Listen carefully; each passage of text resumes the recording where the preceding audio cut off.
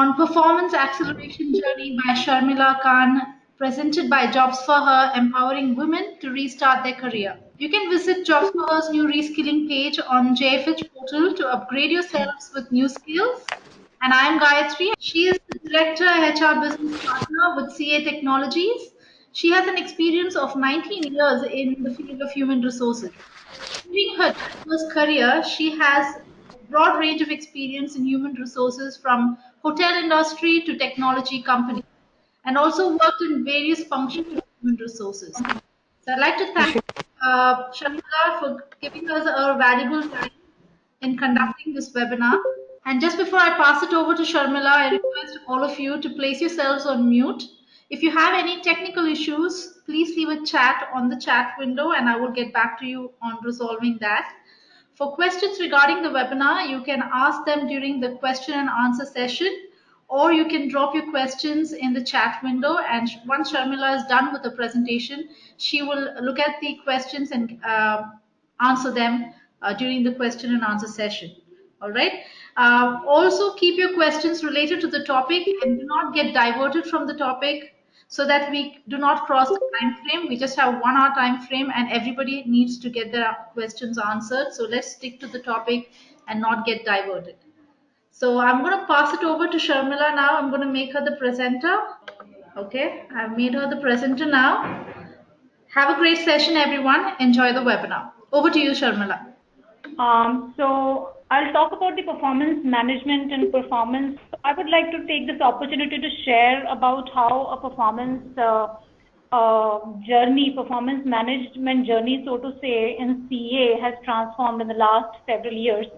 Most of you as professionals would have experienced how the performance management is done in the organization, and for majority of us, it's more like a checklist as opposed to really using the opportunity to accelerate a career. So at CA, last 2 years, we have kind of transformed ourselves to use this performance management tool, which is an offering of HR, to use it as a source to invest in a career, to have more candid conversation, and how do we kind of shift the entire orientation of focusing on more of getting the right rating and finding out why my performance is not considered to be exceeded and just an average. It's more towards feedback as opposed to feed forward.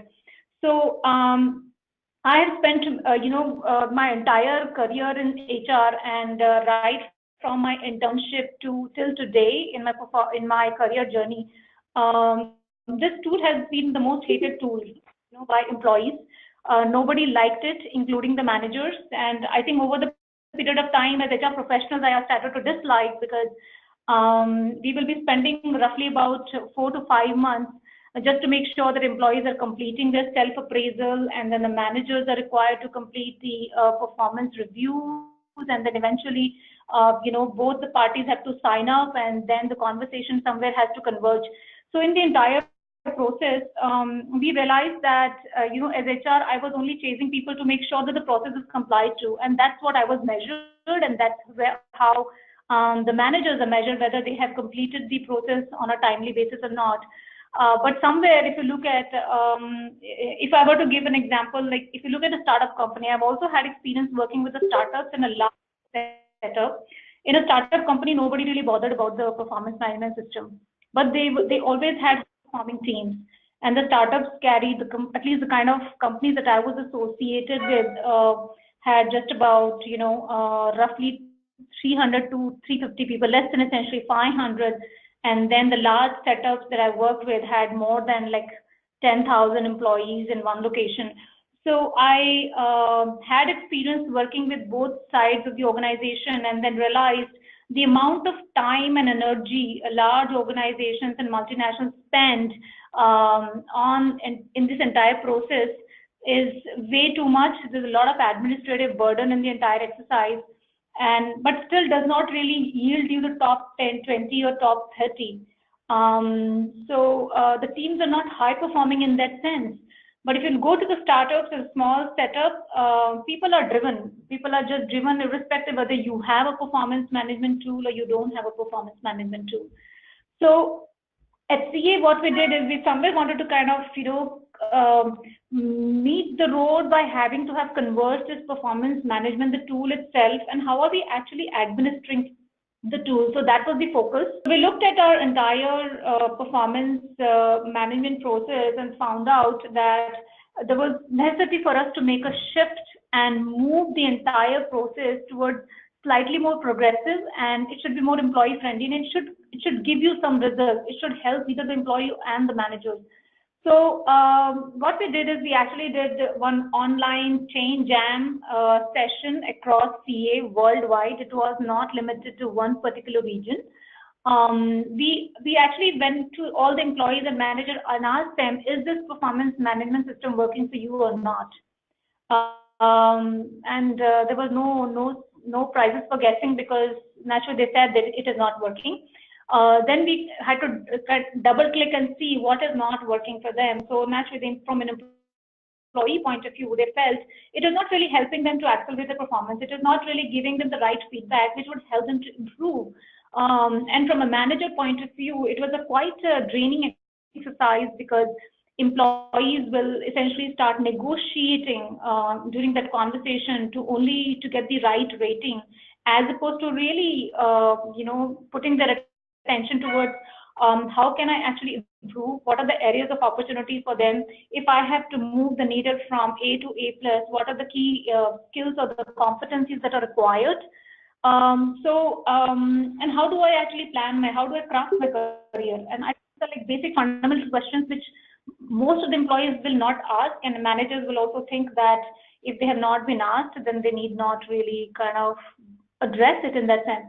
So eventually, what does this employee performance leads to?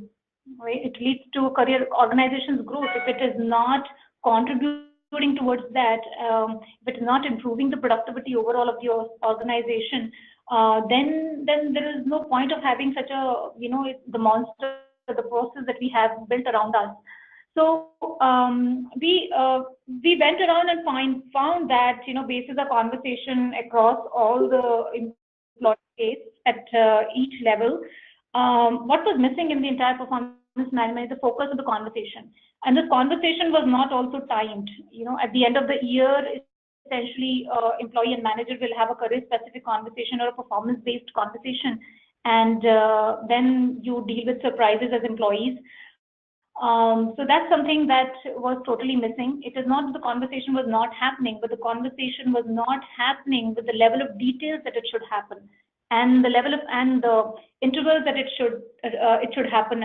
So that was some of the fundamental, not that they were not known, but they just become a little bit more explicit when we had this conversation. So these were our learnings when we did this employee or jam sessions across CA. And from an employee point of view, it was viewed as an annual checklist, and the HR will come and chase you. You just have to kind of maintain this Excel sheet. Employee has to say that, yes, I have completed, and I will go and kind of go around as HR, and we will ask people to complete the process. So that was going on. It was not forward-looking driven, and it was not, and my employee was never excited about having that conversation. Employee always thought it was very burdensome, and they just want to make sure that the conversation gets over as quickly as possible, unless the employees are high performing and or new exactly, but that percentage will be not more than 10% in any organization for that matter. So those are the employees just like to hear about that they are very good. I mean, it's not that they do not know, but it was always nice to hear it from the manager. But the rest of the 80% or 90% of your organization, primarily employees, would not like to have this conversation, because nothing new. There's nothing new in that conversation. So those were the learnings. Then what we did is that's where our journey started with respect to how do we kind of totally transform, totally rebrand our performance management system, and then position this entire process as a performance acceleration. So in 2013, we decided to kind of shift gears, and so earlier HR, its performance discussion was more driven from HR. It was more of an HR, off, and HR needs to drive this conversation. HR needs to push managers to drive this conversation.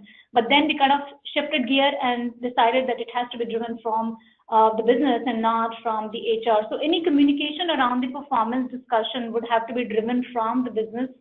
They have to own it, whether it is the communication, the way the talent calibration will take place, how ratings will happen, and eventually how the entire performance pulse conversation will be orchestrated. So what we did is we actually created the process and orchestrated and facilitated the process, but we did not own the process, right? So that was a big change. Essentially, the entire process became more of a business-driven as opposed to HR-driven. I will also kind of highlight, I just want to kind of share this process with you to begin with. I'll spend some time and then I will talk about, as a women employee, where do I have a role? And what is the role that, what are the opportunities that I am missing? And I will tell you some stereotypes that, at least in my personal experience working in the industry from the past 19 years, something that we have seen and experienced in working in a variety of organizations. Then let's go back to the topic that we're discussing is, we kind of globalize the process, tools, and resources. The purpose was here, we are a multinational organization, all of us are associated with companies of those kinds. So the way the performance discussions are managed in India versus other locations, there is always, there's always a different set of rules applied. So if you're working in North America, the level of the intervals of communication, the process around the communication, and how the rating is differentiated, how the calibration is taking place. Somewhere there was always a difference of opinion. And if you're an employee who has a remote manager, their understanding about the performance acceleration and the process is different than the employee who has a local manager. So the employees who are working in a remote matrix organization, they tend to have some challenges, because if the process and the tools are not globalized, then they tend to have a little bit of a local flavor, and that causes a bit of a constraint within the team. Then also the tools that are, what are my resources, how do I educate myself? So if you look at it fundamentally, majority of the employees are not trained to write effective self-appraisal. So they just kind of write the task, what they have done, but they do not know how do they fit into the overall scheme of things. How do they actually contribute to the overall product? So some of these things were not actually, factored in a performance tool, and the focus of the entire discussion is more towards I have contributed, so I was the paramount thing. But if you look at majority of, I'm assuming if all of you are from the technology company, majority of the organization is at some level of maturity in terms of agile adoption, and where the meaning of the world has kind of moved from I to we. It no longer matters how good I am, or how well I have contributed. Eventually, I will be measured how effectively my entire team has performed. In the new world, collaboration is a very, very effective, a very powerful influencer in our career. So that's something that we kind of baked into our performance acceleration process. We'll talk about that as we progress. And then we looked at, if overall this performance process has to inspire you, has to motivate me. It should not I should not shy away. Most of the employees think, okay, now that the process, now the time has come for me to have a performance discussion, and I just not going to get over it. I really don't enjoy it. I'm not really sure. So some of those feelings and emotions as employees go through, and we wanted to kind of look at this opportunity to see it should become something that employees look forward to. So I'll pause for a second. I just want to make sure that if you have any questions, please keep writing it, or if you want to kind of chat, you can just send it to me so that I can address it during this conversation or once we stop for Q&A. Okay. So just to kind of give you a sense of what is our philosophy, our entire performance acceleration philosophy sets on these three values, which is align, adjust, and accelerate. This is essentially about, we have created this framework in terms of aligning your goals. All of us are coming to the organization every day with a sense of purpose. While we may not be really very good in articulating what is my purpose of coming to office, but the bottom line is we all have a purpose. We all have some goal to perform. And if you cannot articulate that, Then there is some work that we need to do. We should just be going back to our desk and see what exactly am I working and how does it align to the overall, overall success of the product that you're working on, the type of job that you are working on. Then I should also have, I'm assuming that majority of you are aware of the agile process. In this, what happens is the entire performance acceleration tool needs to be a little bit more nimble, and it needs to be agile for me to be able to make adjustments and changes, because I don't have predictability what I will do in next 2 months or 3 months or maybe 6 months. Earlier we had a roadmap of 18 months, so then you have some visibility for next 6 months. This is the type of job. But right now we are working in a very volatile environment, and the feature that you are working in today, it may be there, it may not be there in the overall product. So I should be able to kind of make those adjustments in my system and add that, modify it to meet the business requirements, etc. Then accelerate, having to have relevant feedback and timely coaching. So what we call as a powerful pulse conversation, which we actually encourage and educate our managers to have it on either a bi-weekly, monthly, or a quarterly, whatever works best, either in employee's interest or from a manager point of view. And the onus does not lie on the manager. It is not manager's problem alone. Employees are highly encouraged to have a conversation with their managers. They can set up these, frequent meetings in their calendar, so that there is a rigor, there is a predictability. So in my case, like I do once in a month a conversation with my manager to see how things are progressing, what are the things that are working well for me, support that is required. So, and nothing will be surprised at the end of 12 months of my in my job. I will not have any surprises. I don't have to deal with surprises, and I won't have to give any surprises to my manager. So you can actually set up this, and I do find that from my experience, while this is more of a recommendation, it's not a mandate at CA, but I highly encourage participants that they should definitely set up these meetings voluntarily. Okay, don't wait for your managers to come back and say that let us have this meeting, unless and until my manager will tell me I will not set up this meeting, because it's a lost opportunity. So as an employee, I mean, not just, this is a gender agnostic, it's not necessary if you're a male employee, you need not, if you're a female employee, you should, but I just want to kind of highlight, since most of participants are, diverse candidates, you should definitely, go and have a conversation with your manager, and then have an explicit conversation about your career. Don't allow this, don't lose the opportunity of understanding how your career is growing.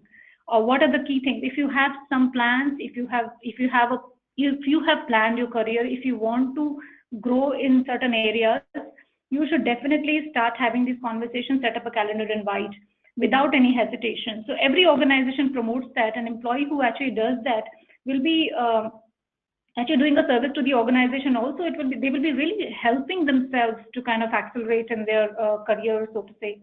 This is just a repeat, so I will skip on that. Like I mentioned, the rating versus the qualitative conversation, and that's the orientation of the entire performance acceleration when we made a shift.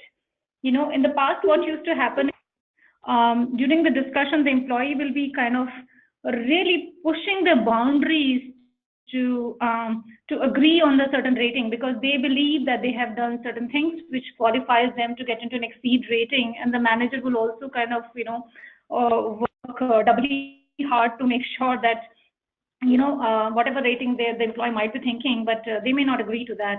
So usually it is about negotiation on the rating, but not really having a very qualitative conversation with respect to what are the key skills, what are the key competencies that as an employee I need to really acquire in order to grow in my career. So in our experience, working as HR business partner for a variety of businesses and across various levels, we do find that employees actually negotiate and demand for the promotions, wherein it may not be, I don't want to generalize it, but I just thought it's still worth mentioning.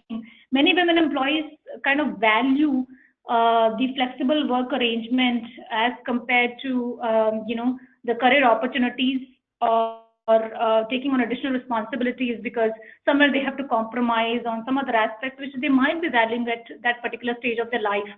So I think that it's a pitfall in our opinion. It's a pitfall certainly from a career development point of view.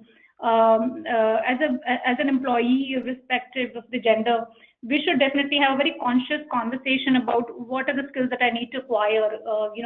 Every 2 years I should be able to see some change in the type of job that you're performing. If you're not upskilling, and that's where we feel stuck in a career.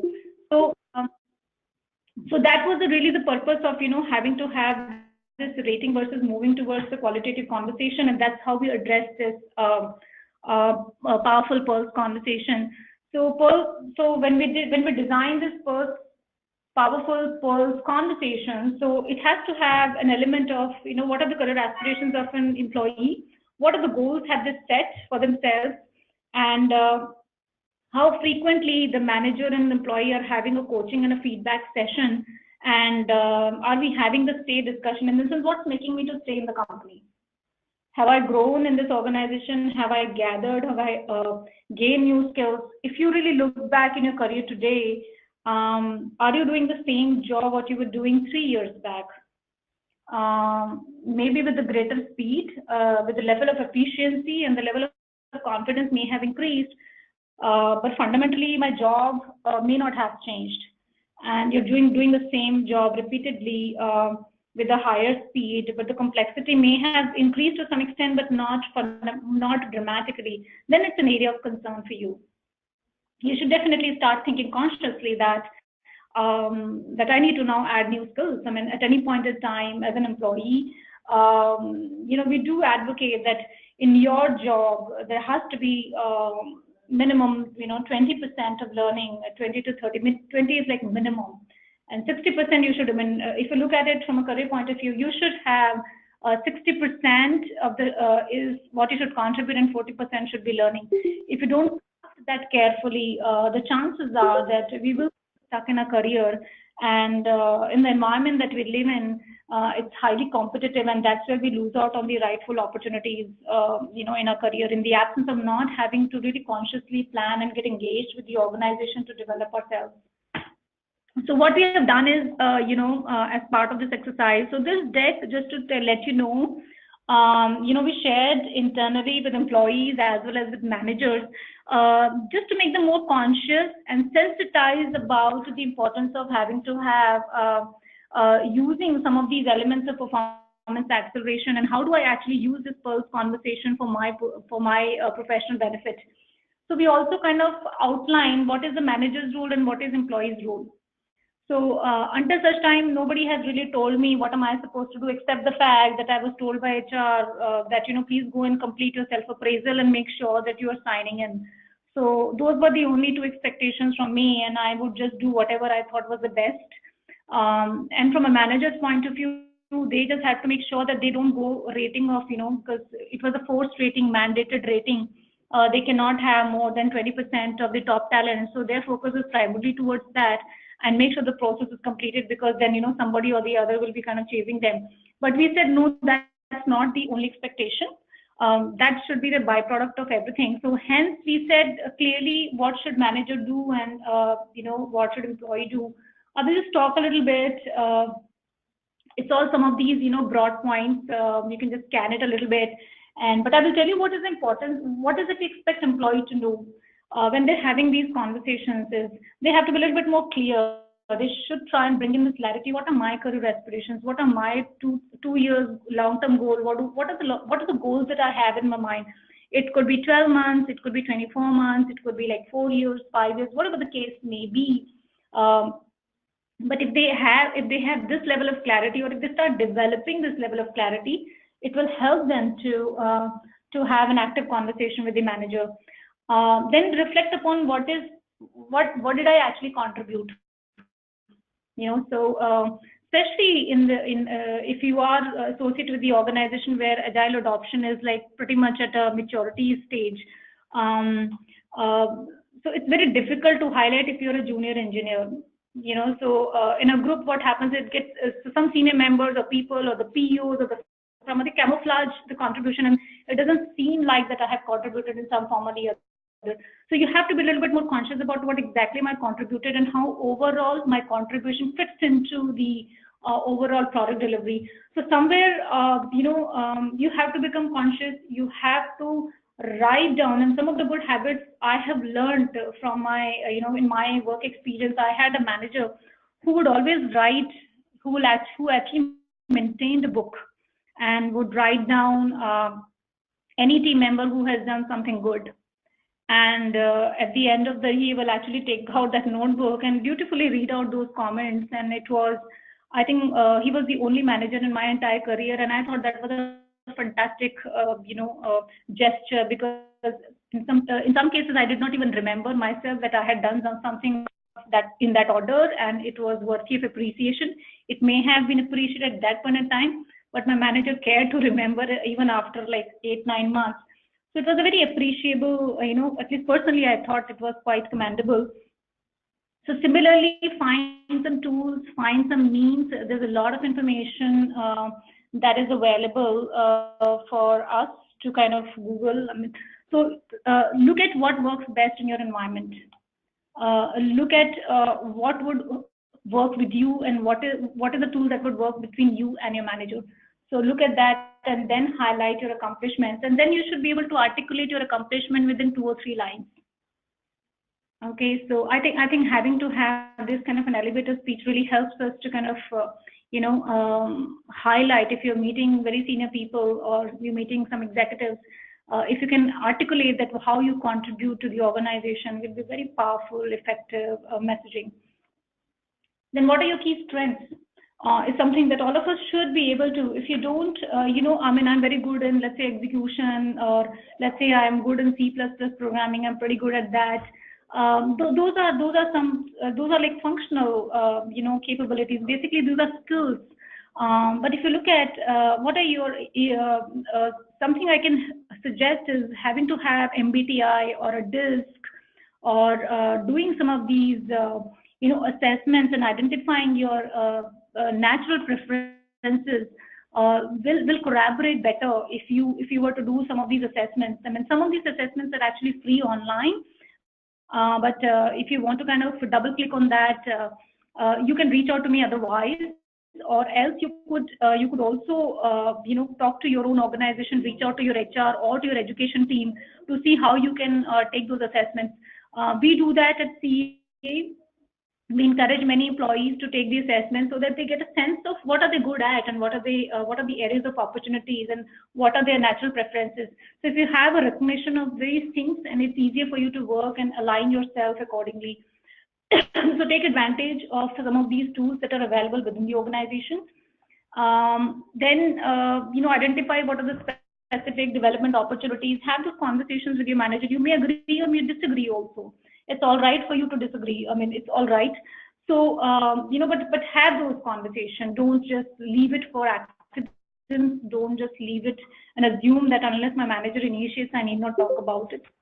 And then always have this question: what is next? The moment you ask this question, the conversation takes moves at a different pedestal. So usually we shy away, and hence I think it's a very powerful question in my opinion. And the moment you have it, you are actually engaging a manager to really discuss about what's next for me. Okay, so this is the last slide. Yeah, this is the last slide. So if you look at it as as a participant, I'm assuming most of you probably doing it. If you're not doing it, I would kind of just prompt you a little bit, and think about how many times I've actually gone and asked and solicited feedback from peers or from my colleagues or subordinates. That itself also can be a baseline. So sometimes we're assuming that whatever I'm doing is fantastic, I'm being appreciated. But it's always a good idea to kind of stop yourself and double click on some of the areas of opportunities that we may be missing in the overall scheme of things. How many of us have mentors? Some of us probably, I'm not sure how many, but have you signed up to be a mentor? Do you have a mentor, or are you a mentee? So in my work experience, I was always shy, honestly, to go and ask people other than my manager or my colleague. I would never ask, can really find work. But then I thought, then I learned, of course, as you start progressing in your career, you start learning some of these things. Um, Having a mentor in the organization actually helps immensely because it helps you to network in the organization. So as you start growing in the organization, your ability to network within the organization becomes very, very essential. Okay, and somewhere having a mentor helps because they help you to, if you're picking a mentor, I mean, the mentor need not be from the same location or from the same BU. It could be cross BU, it could be outside the location. It just gives you access to more information, and also it kind of it gives you a lateral view of a situation. If you have a situation and you think you need some guidance, you should not be shying away, and you will be surprised that when you reach out to mentors, they'll be more than glad to guide you. So use these opportunities if you're not capitalizing on them. And how many times you've actually asked managers about your career plans? So this is something that I can share. This is a bit of a challenge, at least in CA, that not many women engineers actually will go and ask a manager, what are my career plans? Okay, it's never a proactive action. It's more of an escalation, if at all we receive. Some employee may come back, a women employee may come back after the promotion cycle, saying that I was expecting a promotion, but it did not happen, or just because I went on mat leave and my promotion got held up and things like that. But if you really kind of look into it, I mean, none of that particular employee may not have had conversation ever with the manager about the career planning. So these are some of the pitfalls in our own the way we plan, the way we engage our manager in a conversation. It should not be it should be proactive action. It should not be a reactive action. It should not be like once everybody is being promoted and I'm kind of sitting and sulking in some place, and then I go back and say, okay, I was expecting a promotion, but I could not be considered, whatever the case may be. And the last thing before I kind of stop and then we open up for Q&A, how many of us think that if I ask for more work, it will kind of definitely it will rebalance my work-life balance. So I'm no different. I can tell you that with young children at home. While it remained as my priority for a good amount of time, but I started to train myself, having to speak with people like you in variety of experiences. It should just be a part of a hygiene. We should not allow this to somewhere come. So it is more of a mental block. And, it took me a while to get over it, honestly speaking. Then I realized work-life balance will happen as long as I know how to manage my work. So it's a problem within me and not really ecosystem. So but we need not shy away. That's the ask, and that's something that I would nudge, that we should definitely be engaging a manager in a conversation to see if there is a capacity for you to do more. But you just have to be a little bit more smart to see how do I balance it. So with that, I think this is the last slide that I had for you. So if you have any questions, I'll be more than glad to kind of respond to you. Thank you, Sharmila, for that power-packed webinar. I'm sure ladies over here would have gained really valuable tips for accelerating their performance during their career and know what to expect from the employer when they get back to their career. So, so we have the lines open now. So if you have any questions, please leave them on the chat window, or you can come forward and ask your questions. Okay. Well, Sharmila, I have a question. I'm Gayatri, and I have this question. Well, as a working mother, Yep. when you have a lot of work pressure, you have a lot of work to be completed. How do we put it across to the manager and tell them that I need some time to finish up the work, or I can't take up so much of load? How do we put it across to the manager? Sure.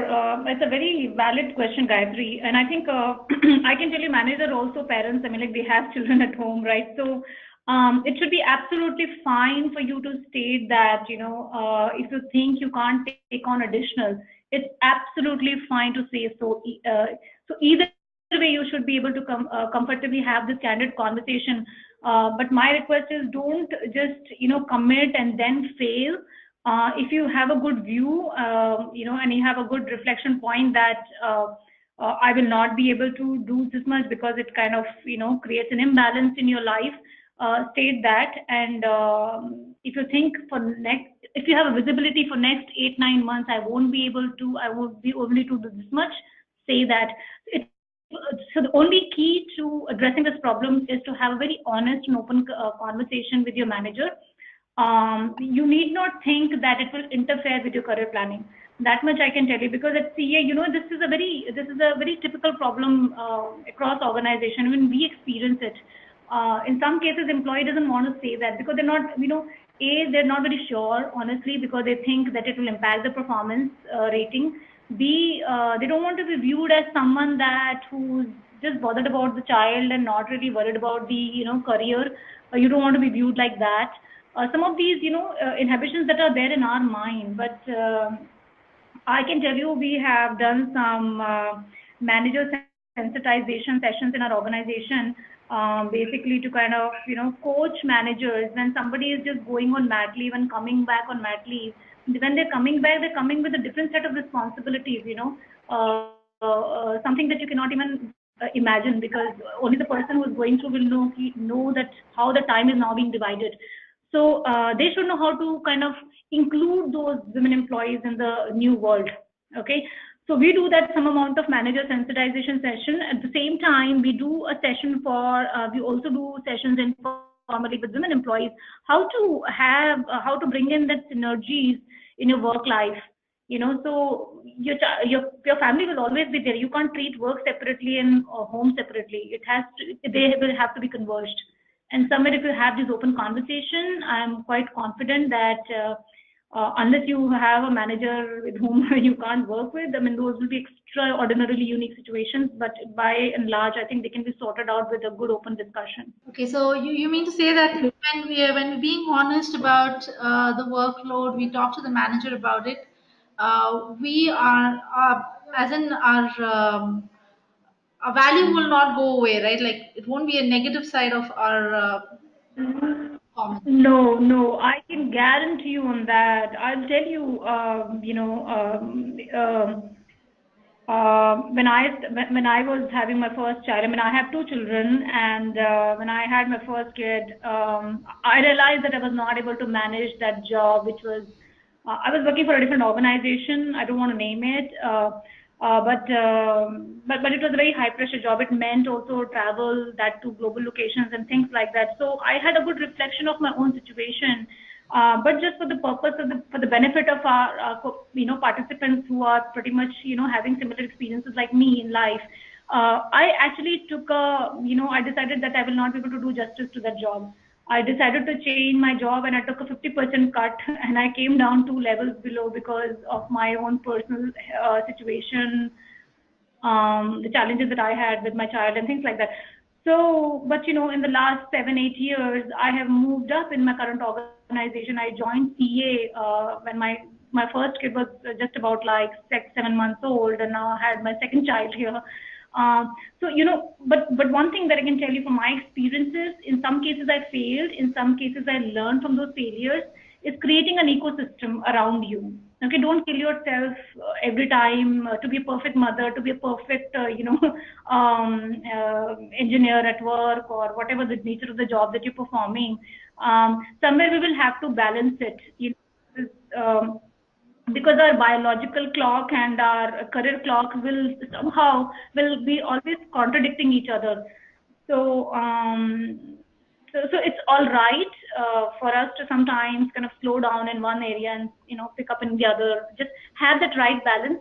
And when I talked about a mentor, okay, having to talk to people who have been through these experiences and what are the typical challenges that they experience. It's all right to learn from other people's experience. You don't have to experience everything on your own.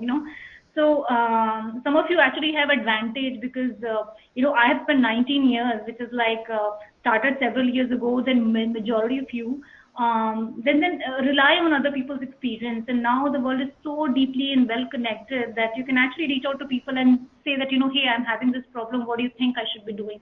And I can tell you, it's not just CA, but majority of the organizations do coach managers about inclusion. Okay, so it's all right for you to have those type of conversation, but I can tell you, the moment you have this conversation, your relationship with your manager will dramatically change. They will appreciate the fact that you understand your situation and you are extremely practical about it. Thank you so much, Sharmila. Um, All right. do we have anyone else to go ahead with the question? Okay, one more question from my end. As you said, we have to go ahead, talk to the manager, have a frequent feedback and conversation on how your performance is. Well, sometimes I've seen that the manager, when you're having this conversation, the manager gives you a positive feedback, tells you about what is coming in line for you and all of that. But when it comes to the rating or the appraisal time, there is a difference. So, how can that be handled? Yeah, so I think they were the typical challenges of our old, like I said, that's the reason why I purposely shared this performance acceleration journey. So when you are having a frequent pulse conversation with your manager, you are likely to have, you will have a good view if you're not having those frequent conversations. So let's say that I'm meeting my manager every month around my performance, around my career. I'm likely to have a good view of how I'm performing and things that are not doing, things that I'm not really doing well. So it will not be a surprise at the end of the day. Okay, and I can tell you that not to kind of just like highlight too much about CA, but we have had situations where some of our women employees actually got promoted when they got back from maternity. Okay, so they join on the day one after maternity, and then within that week, we actually inform them they have been promoted in that cycle, and it was a fantastic feeling. And what else can you ask for? You're blessed with a child, and you're back to work, and you're also being recognized at work. So what else can you ask for, so to say?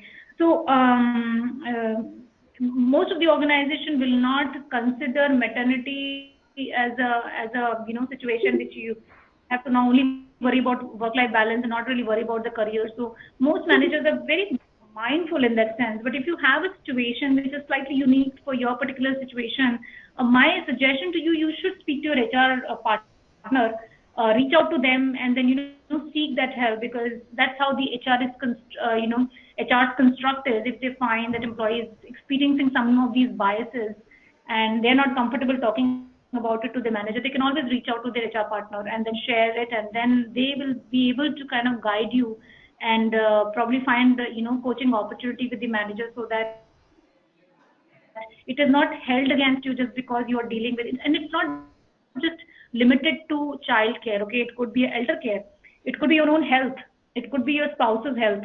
There are multiple situations that all of us go through at some stage, at every stage of our life. So the best would be to, if you're not able to get through to these conversations with the manager, then seek help from HR. Thank you so much, Sharmila. I'm sure that the ladies here would have actually gained a lot of inputs from you, and they know what to expect and what is waiting for them if they put in the right effort. So, thank you so much for this webinar.